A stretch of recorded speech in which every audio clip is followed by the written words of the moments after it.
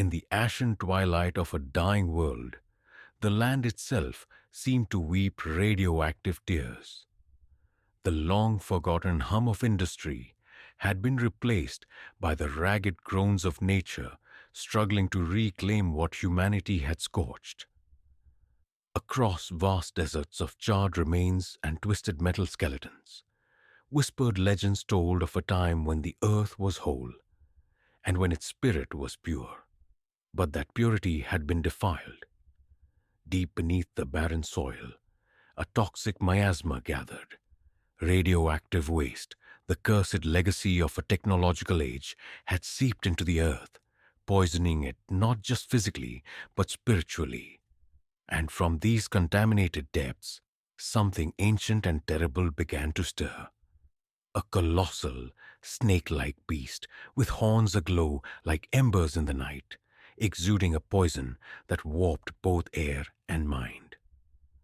They called it the spirit of the land gone mad. Dawn was a misnomer in the New World.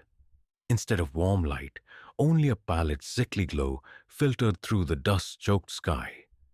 In the ruined outskirts of what once had been a city, a lone wanderer named Mara pressed forward, her eyes fixed on the horizon where even the sun appeared to retreat in despair. Mara's clothes were patched and stained with ash. Her body bore the scars of countless battles for survival. Each step on the cracked earth echoed with memories of a past that had vanished into toxic oblivion. She moved silently, alert to every whisper of wind, every distant groan of collapsing ruins. For Mara, every day was a fight against hunger, radiation, and the relentless specters of nightmares that haunted the wasteland. Rumors had begun to spread among the scattered tribes that inhabited the contaminated zone. Whispers spoke of a beast, immense and ancient, awakened by the radioactive poison seeping through the land. Some said it was a deity risen to reclaim its birthright. Others believed it a monstrous aberration, born of human folly. For Mara, whose life had been a series of struggles against both man and nature, the rumors were a grim portent, a prelude to horrors yet unknown. It began on a day when the horizon pulsed with a strange, unearthly luminescence. Mara had taken refuge in the shell of an old factory when the ground beneath her shuddered, as if the planet itself convulsed in pain. A distant resonant roar filled the air, a sound that was not quite animal, not quite natural. From the radioactive mounds something emerged. At first, it was but a glimmer, a serpentine ripple in the heat-hazed air. Then, the creature revealed itself in all ghastly majesty. Its body stretched for what seemed like miles, a sinuous mass of scales that shimmered with a toxic iridescence. Two massive horns, burning with a phosphorescent glow, arched from its head. Where eyes might have been, there was only a void that pulsed with an ancient malevolence. The creature moved with a terrible grace, gliding over fissured ground and scorched fields. As it passed, the very air turned bitter and foul, laced with a venom that not only corroded flesh but seeped into the mind, transforming ordinary visions into a kaleidoscope of nightmares. Landscapes twisted and contorted around its presence, and those who gazed upon it often swore that the boundaries between reality and nightmare blurred into a disorienting, ever-shifting mirage. Mara, pressed against a cold, rusted wall, could only watch in abject horror. In that moment, she understood that the legends were true. The radioactive waste had awakened something that was never meant to be stirred. A primordial force, the so-called spirit of the land, now maddened and unfathomable. In the wake of the serpent's emergence, the already fragile tapestry of human society in the contaminated zone began to unravel. Tribes that had eked out an existence amid the desolation were now confronted with a shared enemy, or in some beliefs, a shared deity. Yet their responses were as varied as they were desperate. In a crumbling sanctuary of stone and rust, the covenant of ash and blood gathered. Their leader, a gaunt woman named Selene, believed that the serpent was the embodiment of the land's suffering, a vengeful spirit demanding appeasement. The covenant's rituals were ancient, steeped in sacrificial rites passed down through generations. Beneath a sky smeared with toxic hues, they prepared their offerings. Small animals, precious relics of the old world, and even the willing sacrifice of those who volunteered, convinced that by placating the beast, they might restore balance to the cursed earth. "We must show reverence," Celine intoned during one of their midnight rites, her voice echoing in the abandoned courtyard. "For in our blood the land speaks and the serpent is its anguished cry." Her followers chanted, their voices trembling with a mix of hope and dread, as they sought to honor what they could neither understand nor control.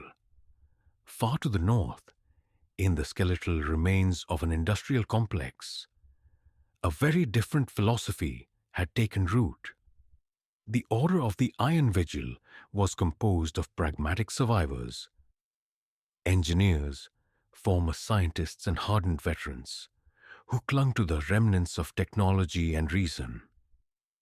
Although their tools were crude and their resources meager, they believed that the beast could be confronted and contained through ingenuity and force.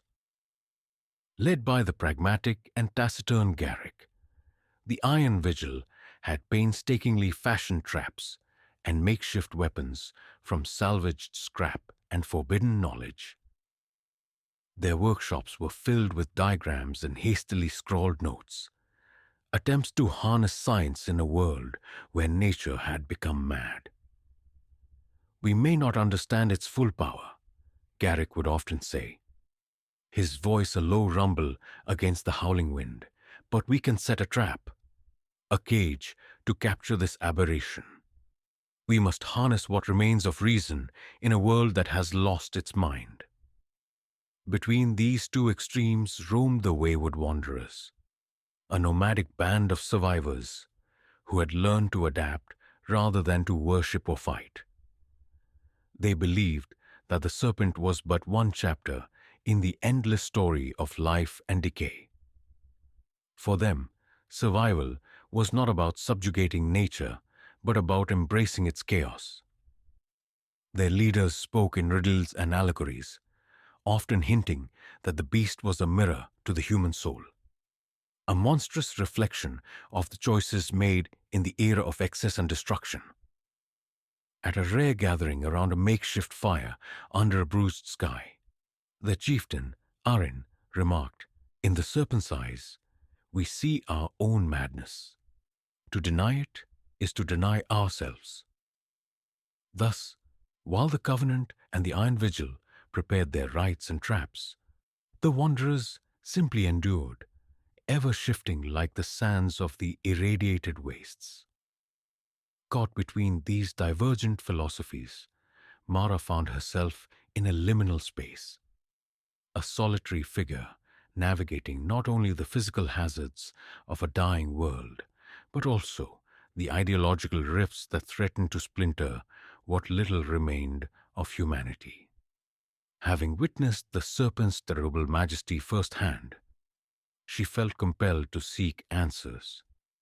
Was the beast truly a vengeful spirit, or merely a monstrous aberration born of chemical and cosmic misfortune? Determined to uncover the truth, Mara began her perilous journey toward the heart of the contaminated zone, where the serpent was rumored to reside. With only a battered map, a rusted compass, and an indomitable will, she trekked through landscapes where every step was a gamble, a labyrinth of twisted metal, toxic sludge, and haunting echoes of a civilization long lost. The environment itself seemed to conspire against her. At times, the ground would tremble as if reacting to an unseen force. At others, the very air shimmered, revealing spectral visions that blurred the line between memory and nightmare. In one harrowing moment, Mara found herself surrounded by apparitions, ghostly figures of people she had never met, their eyes pleading and mouths silent. Whether they were the tortured souls of the past or simply the hallucinations wrought by the poisoned air, she could not be sure. Yet every vision was a reminder of the relentless presence of the serpent and the madness it sowed. As Mara journeyed deeper into the toxic wilderness, she encountered remnants of the iron vigil straps. Bent metal contraptions and snare cables lay half buried in radioactive dust, silent witnesses to failed attempts at capturing the beast. These relics were a testament to the Order's belief in science, a belief that had been shattered time and again by the raw, unfathomable power of the creature. In the hushed darkness of a ruined overpass, Mara stumbled upon a clandestine meeting of a small faction of the Covenant of Ash and Blood. Here, the faithful gathered in secret, their torches casting dancing shadows on walls etched with cryptic symbols. They spoke in hushed, fervent tones of prophecies and divine retribution, insisting that the serpent's awakening was a sign from the old gods, an inevitable reckoning for mankind's hubris. Only by offering the purest sacrifice, whispered an elder, her eyes glazed with a fervor bordering on madness, can we hope to quiet its wail. Though Mara's heart trembled at the raw intensity of their belief, she could not accept the notion that any human sacrifice could mollify a force that defied understanding. With a heavy heart and a steely resolve, she slipped away into the night, leaving the fervent congregation to their rites. The deeper Mara ventured, the more the boundaries of reality frayed. In the heart of the wasteland the air grew denser, and time itself seemed to warp. Days bled into nights, and nights into an endless cycle of fevered hallucinations. At last, she reached a vast, barren plateau, a place where the earth was cracked open like a wound, oozing with a sickly luminescence. There, against a blood-tinted sky, the serpent coiled around a crater that belched radioactive fumes. Its colossal form undulated slowly, as if savoring the distorted rhythm of a forsaken world. The horns atop its head glowed with an inner fire, casting eerie reflections on the fractured landscape. With every measured movement, the creature seemed to rewrite the rules of nature, turning the world into a shifting kaleidoscope of terror and wonder. Mara's heart pounded in her chest as she crept closer, her every sense alert to the threat. She recalled the conflicting words of the tribes, the covenants, invocations of divine retribution. The iron vigils calls for scientific subjugation, and the wanderer's cryptic musings on the nature of madness. Now, standing before this living nightmare, she wondered which, if any, held the truth. In that surreal moment, the serpent's gaze fell upon her, a gaze that transcended sight and burrowed into the deepest recesses of her mind. It was as if the creature could see the raw, unfiltered terror of her soul. Time slowed, and Mara felt herself suspended between two worlds, one of tangible decay and another of shifting hallucinatory realms. The very fabric of reality rippled like water, distorting shapes and sounds into grotesque parodies of life. A low, resonant hiss, more felt than heard, emanated from the beast, It was a sound that seemed to vibrate in the bones, a dirge for a dying world. The ground around Mara convulsed, and for a moment the landscape itself appeared to weep, as if mourning the irrevocable loss of sanity and order. In that crucible of terror, Mara recalled the whispered wisdom of the wanderers. In the serpent's eyes we see our own madness. And as the creature's influence seeped into her mind, blurring the line between external horror and internal despair, she felt that madness take root. But even as terror threatened to overwhelm her, she clung to one fragile thought, a determination to survive and to understand. With trembling resolve, Mara reached into the depths of her memory for any semblance of hope. The faint recollection of a lullaby her mother once sang, a song of resilience in the face of overwhelming odds, brought a spark of clarity. In that fragile moment, she realized that the serpent was not merely an instrument of cosmic retribution, but a mirror reflecting the chaos of a world that had lost its way. Drawing a ragged breath, she stepped forward, determined to confront not only the beast but the darkness within herself. The confrontation was not a battle in the conventional sense. It was an encounter with the very essence of despair. As Mara advanced, the serpent coiled higher, its horns piercing the rolling sky. The toxic air shimmered with spectral colors, and the ground beneath her feet seemed to dissolve into a mosaic of fractured memories and nightmares. For what felt like an eternity, man and monster stood locked in a silent, terrible communion. The beast's eyes, if they could be called that, shimmered with an ancient sorrow, as though it mourned not only the ruin of the world, but also the irrevocable loss of its own identity. Mara, trembling yet resolute, recognized in that sorrow a shared burden, a legacy of mistakes, hubris, and grief.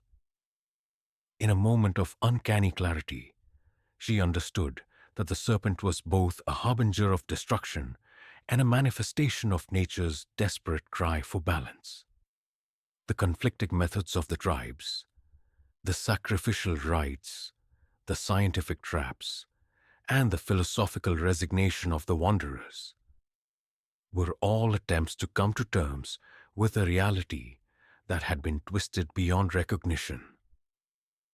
Though her body ached and her mind teetered on the brink of collapse, Mara reached out not with a weapon, but with an offering, a small token she had carried all along, a simple pendant, a keepsake from a time before the world had gone mad.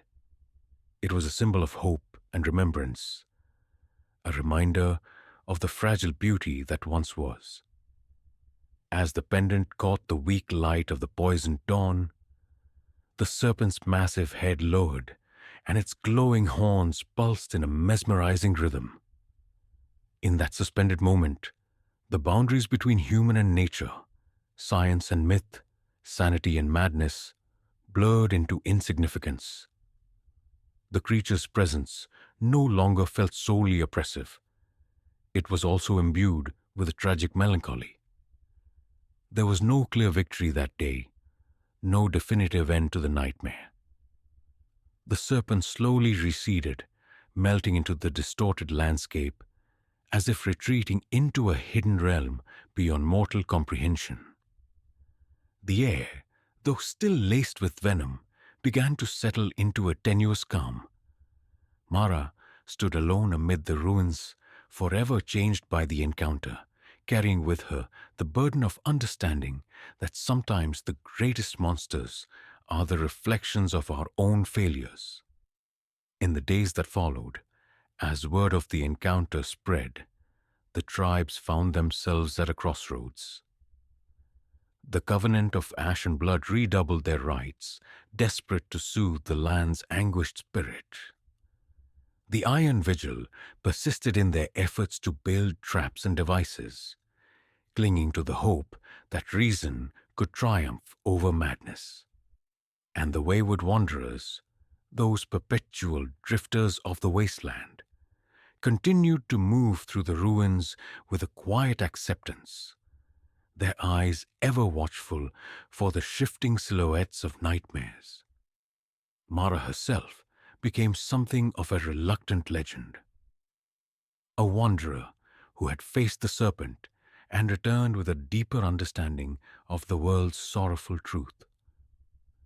Her tale, recounted around makeshift fires and in whispered confidences, served as a stark reminder that in a realm where nature and nightmare merged, survival was not simply a matter of brute force, but of confronting the darkness within. The land remained scarred, its spirit forever tainted by human folly and radioactive ruin. Yet amid the chaos and the endless struggle, there lingered a faint hope, a belief that understanding, however painful, was the first step toward redemption.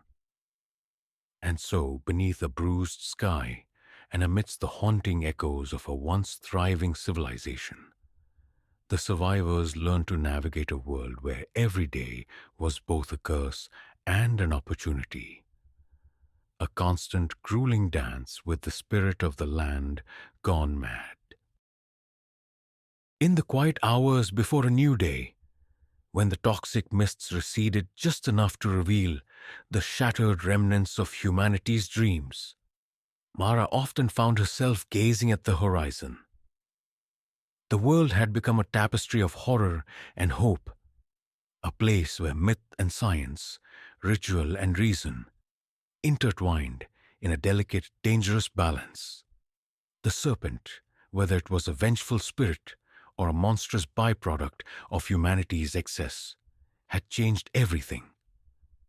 It had forced the scattered tribes to confront not only an external threat, but also the internal darkness that lay in wait, nurtured by years of neglect and despair. And in that confrontation, the survivors discovered that sometimes the most grueling battles were not fought with weapons or incantations, but with the raw courage to face the truth of one's own soul. For Mara, and for those who would follow in her footsteps, the struggle for survival was an endless odyssey, a test of resilience, of understanding, and of the will to find beauty even amid devastation. And as the wind whispered through the ruined corridors of the old world, there was a quiet promise in the air that even when the earth screams in agony, hope can still be found in the courageous hearts of those who dare to dream of a better future.